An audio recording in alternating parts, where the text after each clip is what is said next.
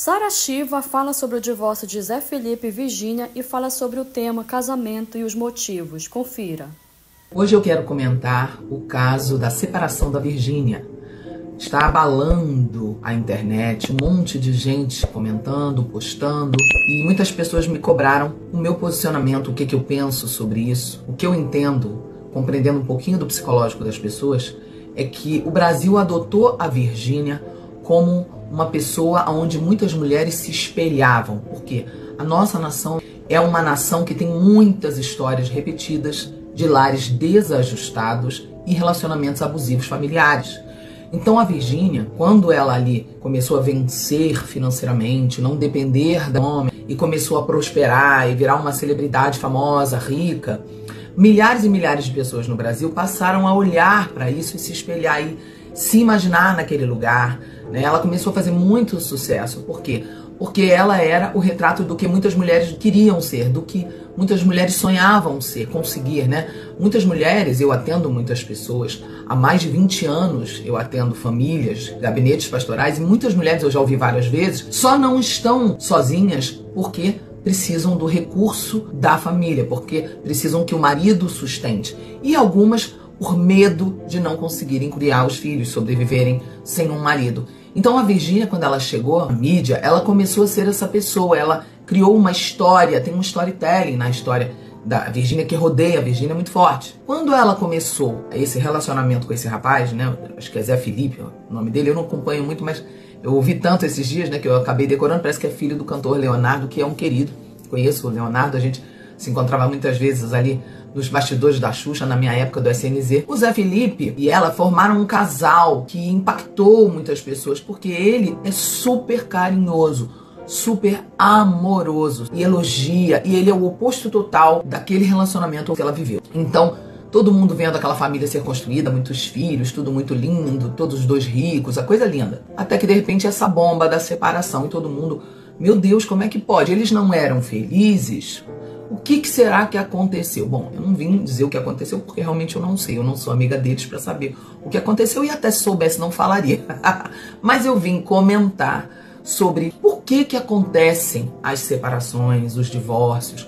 Por que casais, às vezes, que têm uma grande chance de dar tudo certo, se separam? São muitas as razões pelas quais um casamento acaba. Entre elas, a mais evidente, que eu mais ensino para os solteiros hoje em dia, é cuidado para você não casar sem conhecer a pessoa. Porque casar sem conhecer a pessoa, apenas conhecendo o corpo, o beijo na boca, o sexo, faz com que você se apaixone pelo prazer que a pessoa te proporciona e não pela essência da pessoa. Esse é o principal motivo pelo qual os divórcios e as separações acontecem, porque as pessoas se casam muitas vezes achando que conhecem a outra, mas não conhecem, ok? Porém, existe também um outro fator importante. Nós estamos vivendo numa geração muito complexa. Hoje a nossa geração é uma geração muito imediatista.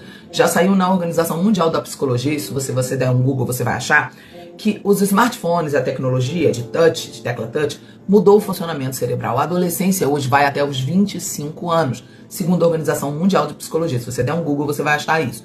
Ou seja, o cérebro da humanidade mudou. Os jovens hoje, de 22, 23, 24 anos, não têm mais o cérebro de 30, 40 anos atrás. Eles não têm mais a resistência ao sofrimento, a resistência ao tédio, a resistência a passar vontade, como a gente há 30, 40 anos atrás, 50 anos atrás, desenvolvia. Ou seja, nós temos hoje uma geração extremamente imediatista pelo prazer. Por quê? Porque toda a questão das telas, ela faz a gente ter um prazer cerebral, um estímulo cerebral.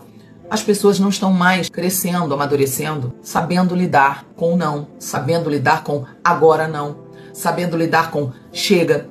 Então o que acontece?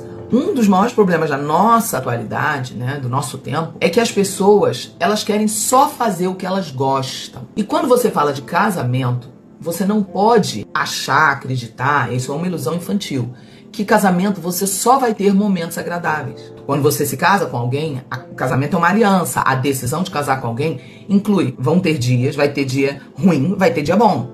Vão ter dias difíceis e vão ter dias muito fáceis. A gente não pode, como ser humano, viver uma vida onde a gente só faz o que quer. Toda pessoa que só faz o que quer se torna não apenas uma pessoa mimada, mas uma pessoa com baixa tolerância às dificuldades, aos desafios da vida.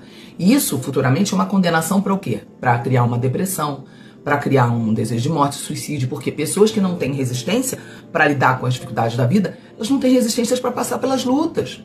E a vida tem muitas lutas. Por exemplo, você só toma banho quando você quer? Eu vou entrar no banho só a hora que eu quero. Ai, tô com vontade de tomar banho. Não, por exemplo, esse momento tá super frio em algumas cidades do Brasil e nem todo mundo tem aquecedor em casa. E nem todo mundo tem chuveiro a gás. O banho às vezes não é tão quente. Tu entra no banho só porque quando você quer, só porque você quer? Lógico que não. Você entra no banho porque você tem que entrar no banho. Porque você precisa entrar no banho. Então, da mesma forma, o casamento, você não pode simplesmente estar com uma pessoa só quando você quer. Só a hora que tá com vontade. Ah, eu vou tratar bem só quando eu quiser. Ah, eu vou beijar na boca, dar um carinho só na hora que eu quiser. Não é assim. O casamento, muitos momentos que a gente não tá com tanta vontade, a gente vai ter que ter a maturidade para ir ali, alimentar essa vontade, criar essa vontade e dar o carinho e dar a gentileza, mesmo que a gente não esteja querendo tanto. Agora, preste muita atenção, observe bem o detalhe do que eu estou te falando. Eu estou te falando que tem dias que você não está com tanta vontade, mas eu não estou falando aonde você está num relacionamento abusivo, agressivo, ruim, que a pessoa te faz mal e você tem que suportar. Não estou falando disso. Entende a diferença? Muitas pessoas hoje em dia, elas colocam tudo no extremo. Se o cara, a mulher, né, no caso, qualquer mulher, se o cara me disse não pra uma coisa que eu queria, então ele é abusivo. Não.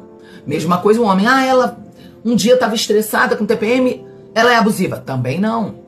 Todo mundo tem altos e baixos. Agora, quando você vê um comportamento de uma pessoa repetidamente agressivo, repetidamente hostil, aí sim, todos os dias não existe paz, não existe amor, não existe carinho. Aí sim, você vai observar que é uma relação ruim, abusiva. Então, muitos relacionamentos estão se quebrando hoje, porque as pessoas, elas não têm essa flexibilidade para lidar com um dia que não está tão agradável, com um dia que o casamento não está com tanto prazer. O casamento vai ter momentos onde você vai estar irritado, vai estar irritada, vai ter momentos onde a pessoa te irritou. E isso não quer dizer que você e a pessoa devam se separar, deva acabar o casamento. Pelo contrário, é nesses momentos que o amor será provado. Porque o amor verdadeiro, ele não ama só na hora do prazer. Ele ama em todos os momentos. Por esse motivo, você precisa conhecer bem a pessoa antes de você casar. Esse é um ensinamento para todas as pessoas. É claro que a situação da Virgínia nos fez pensar, explanar, questionar, raciocinar. E eu realmente não sei qual foi a razão que ela e ele acabaram o relacionamento. Mas eu dou um conselho para todos vocês hoje.